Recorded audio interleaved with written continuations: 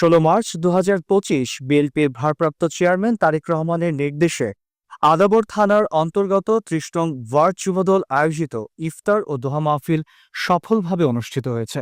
অনুষ্ঠানে ঢাকা মহানগর উত্তর যুবদলের সিনিয়র যুগ্ম আহ্বায়ক মনিরুল ইসলাম স্বপন প্রধান অতিথি হিসেবে উপস্থিত ছিলেন।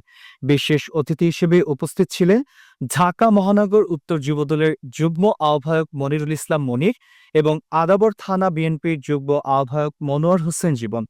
এছাড়া আয়োজক হিসেবে উপস্থিত ছিলেন রাকিব হোসেন বিশাল, সাবেক যুগ্ম আহ্বায়ক ৩০ নং ওয়ার্ড যুবদল আদাবর থানা। আমাদের সুস্পষ্ট বক্তব্য, নারীরা হলো সম্মানের জাতি। মহানবী সাল্লাল্লাহু আলাইহি সাল্লাম বলেছেন যে নারীদেরকে সম্মান করার জন্য তারা মায়ের জাতি, বোনের জাতি এবং সকল দিক থেকে তারা সম্মান পাবে।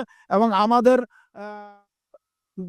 যুবদলের সভাপতি আব্দুল মোনায়েম মুন্না এবং সাধারণ সম্পাদক আব্দুল মোনায়েম নুরুল ইসলাম নয়নের নেতৃত্বে আমরা নারীদের জন্য কাজ করে যাব এবং আগামী দিনে নারীদের প্রতি যথেষ্ট সম্মান প্রদর্শন করা সেই লক্ষ্যে আমরা কাজ করব।